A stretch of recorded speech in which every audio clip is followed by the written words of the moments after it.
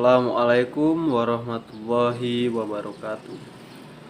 Perkenalkan, nama saya Chandra Kurniawan, NIM 18086093.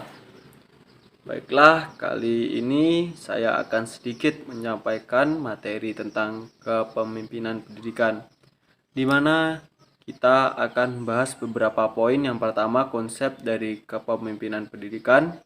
Yang kedua, prinsip-prinsip kepemimpinan pendidikan. Yang ketiga, fungsi kepemimpinan pendidikan. Dan yang terakhir yaitu gaya kepemimpinan pendidikan.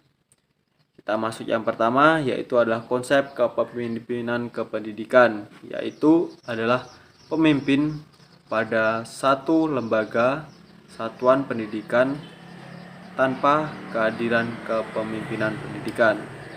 Proses pendidikan termasuk belajar tidak akan berjalan efektif.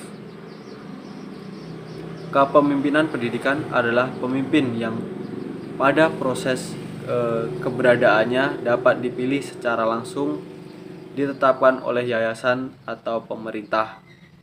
Selanjutnya kita masuk ke prinsip-prinsip kepemimpinan pendidikan, yaitu yang pertama, pelayanan, prinsip pelayanan. Prinsip pelayanan di sini yaitu kepemimpinan sekolah harus menerapkan unsur-unsur pelayanan dalam kegiatan operasional sekolah. Yang kedua, persuasi, yaitu pemimpin dalam menjalankan tugas harus memperhatikan situasi dan kondisi demi keberhasilan target yang akan dicapai. Yang ketiga yaitu prinsip bimbingan. Prinsip bimbingan adalah di mana pemimpin pendidikan hendaknya membimbing siswa diarahkan ke arah yang ingin dicapai sesuai dengan kemampuan siswa dan lembaganya.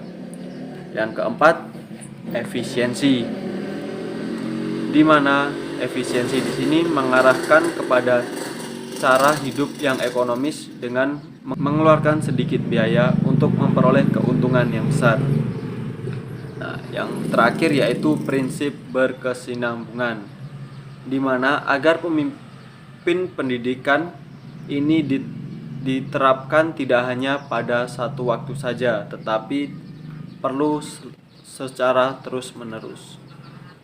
Yang ketiga, kita masuk ke fungsi keterampilan. Fungsi yang pertama yaitu fungsi instruksi, di mana fungsi instruksi bersifat komunikasi satu arah.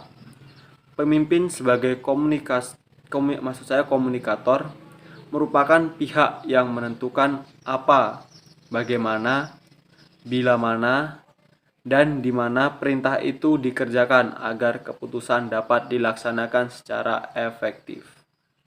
Yang kedua yaitu fungsi konsultasi. Yang tadi fungsi komunikasi satu arah saja.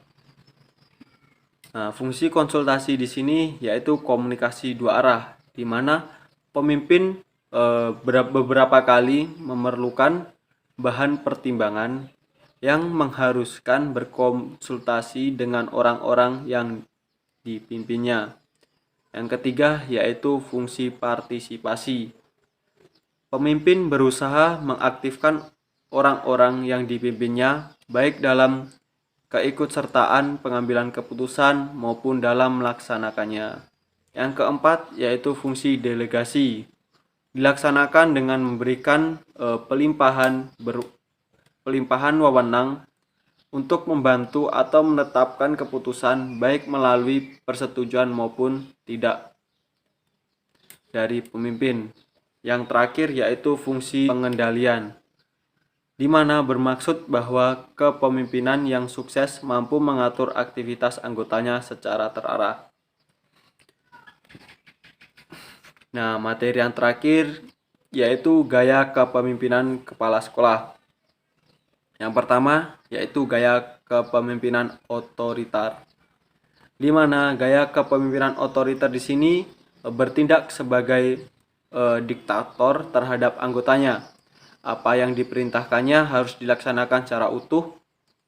bertindak bertindak sebagai penguasa dan tidak dapat dibantahkan. Yang selanjutnya yaitu gaya kepemimpinan laissez-faire, yaitu kebalikan dari otoriter yang dimana pemimpin meniti beratkan kepada kebebasan bawahannya untuk melakukan tugas dan tanggung jawabnya. Yang terakhir yaitu demokratis, di mana penempatan manusia atau personil sebagai faktor utama dan dalam kepentingan, hal ini diwujudkan dalam bentuk saling menghargai dan saling menghormati. Mungkin itu saja yang dapat saya sampaikan pada kesempatan kali ini. Apabila ada kurangnya, saya mohon maaf. Saya akhiri. Wabillahi taufik walhidayah. Wassalamualaikum warahmatullahi wabarakatuh.